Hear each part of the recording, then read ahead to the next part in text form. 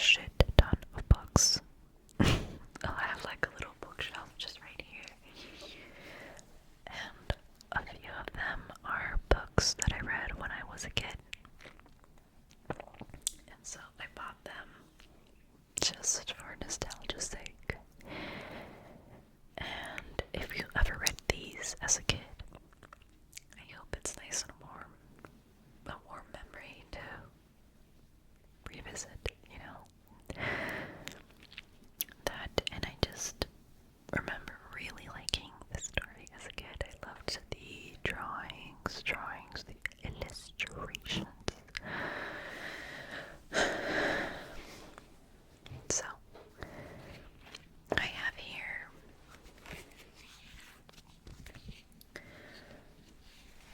maybe I should The Keeping Quilt. The Keeping Quilt by Patricia. Patricia Polacco. That's THEKEPINGQUILT.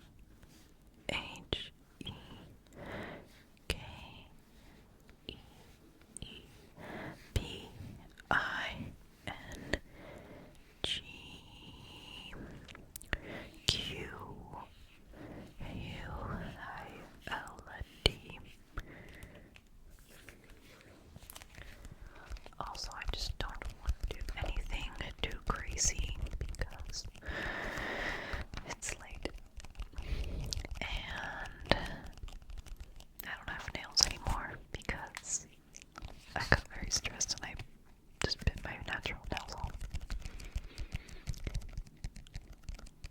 So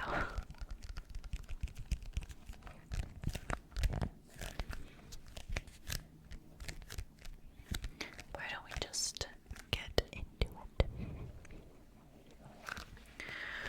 Okay.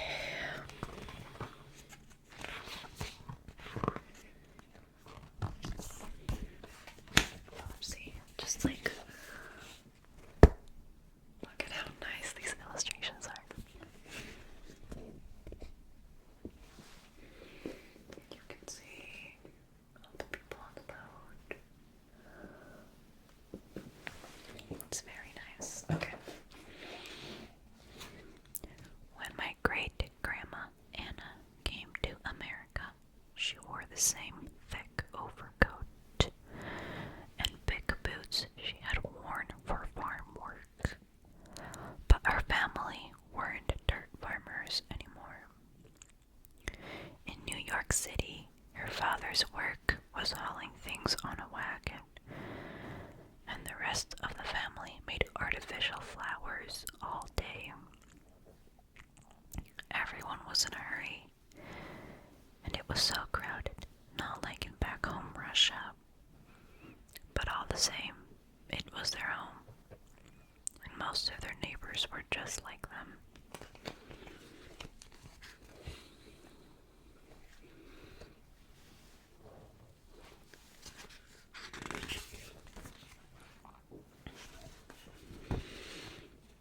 When Anna went to school, English sounded to her like pebbles dropping into shallow water.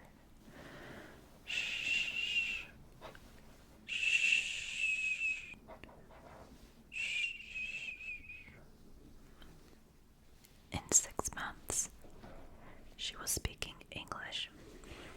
Her parents almost never learned, so she spoke English for them too. The only things she had left of back home Russia were her dress and the babushka she liked to throw up into the air when she was dancing.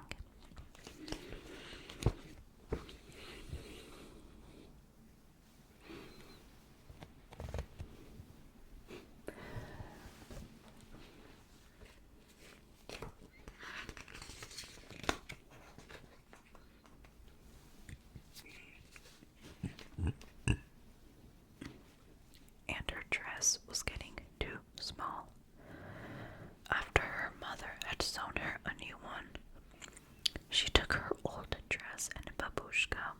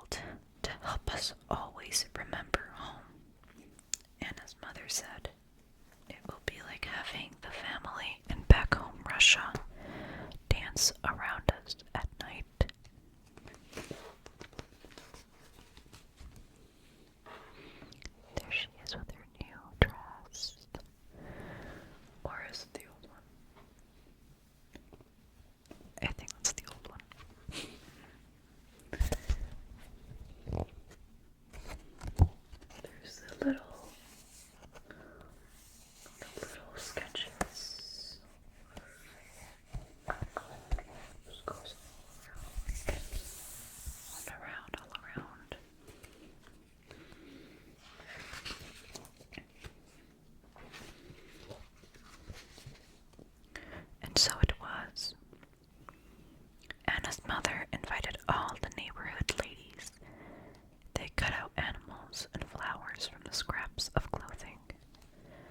Anna kept the needles threaded and handed them to the ladies as they needed them. The border of the quilt was made of Anna's babushka.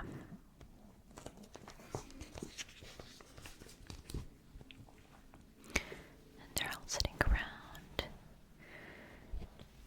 making the babushka into a quilt. I can see all the little animals right there.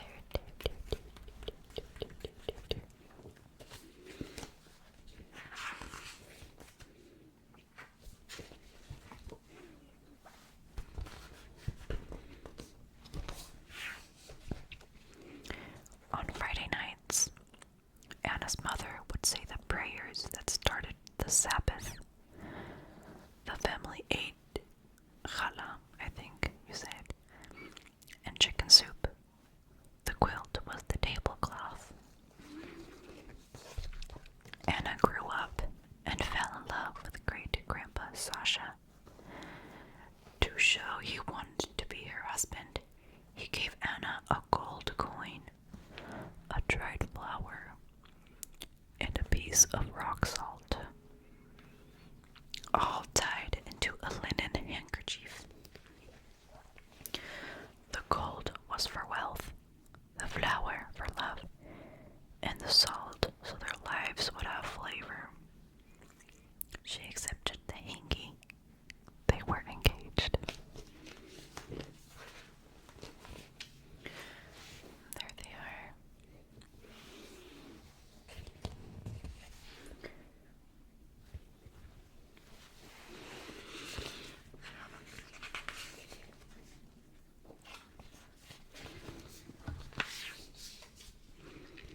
Under the wedding huppah, Anna and Sasha promised each other love and understanding. After the wedding, the men and women celebrated separately. They're there under the quilt.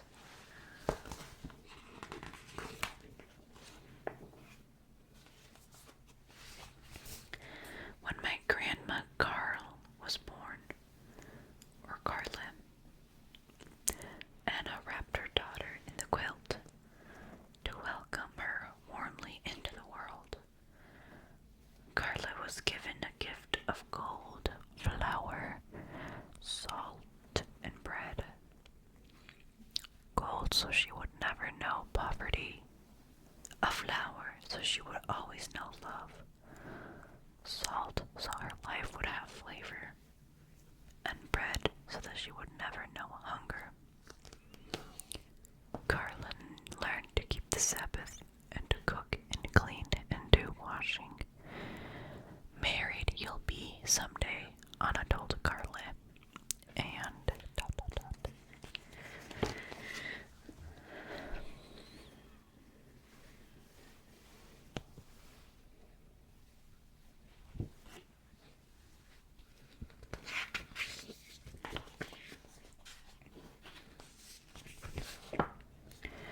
Again, the quilt became a wedding huppah, this time for Carla's wedding to Grandpa George. Men and women celebrated together, but they still did not dance together. In Carla's wedding bouquet was a gold coin, bread, and salt. Carla and George moved to a farm in Michigan, and great-grandma Anna came to live with them. The quilt once again wrapped a new little girl, Mary Ellen.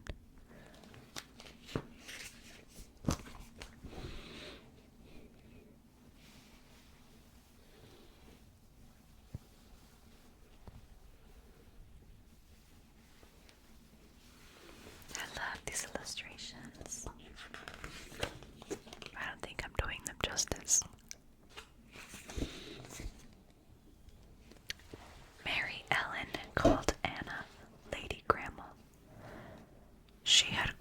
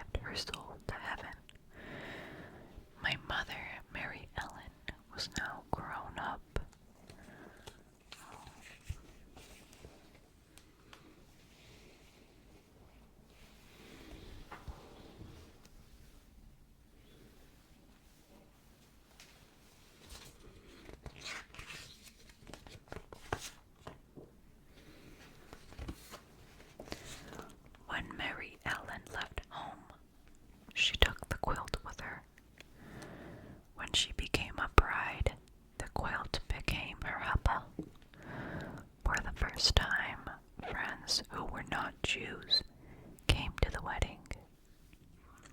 My mother wore a suit, but in her bouquet were gold, bread, and salt. Look at how pretty that house is. So pretty.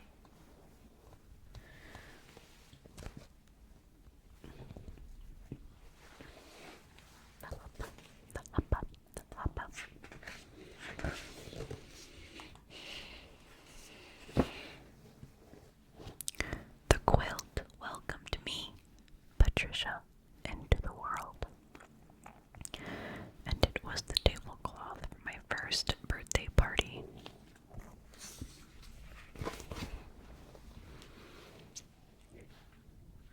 The quilt, the quilt.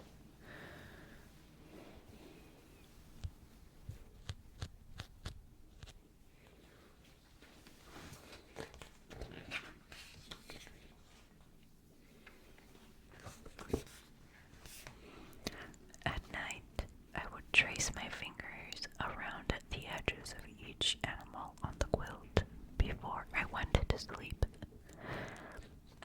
I told my mother stories about the animals on the quilt.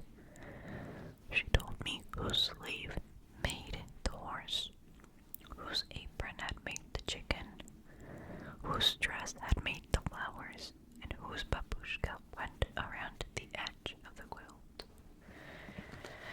The quilt was a pretend cape when I was in the bull ring, or sometimes a tent in the steaming Amazon jungle.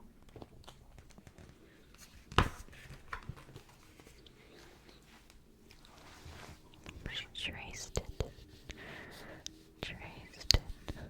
around the edges, all around. She traced the animals.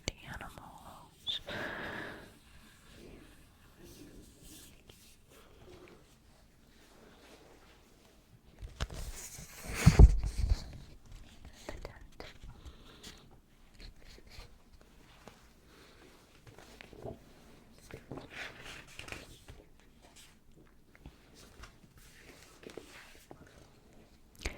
At my wedding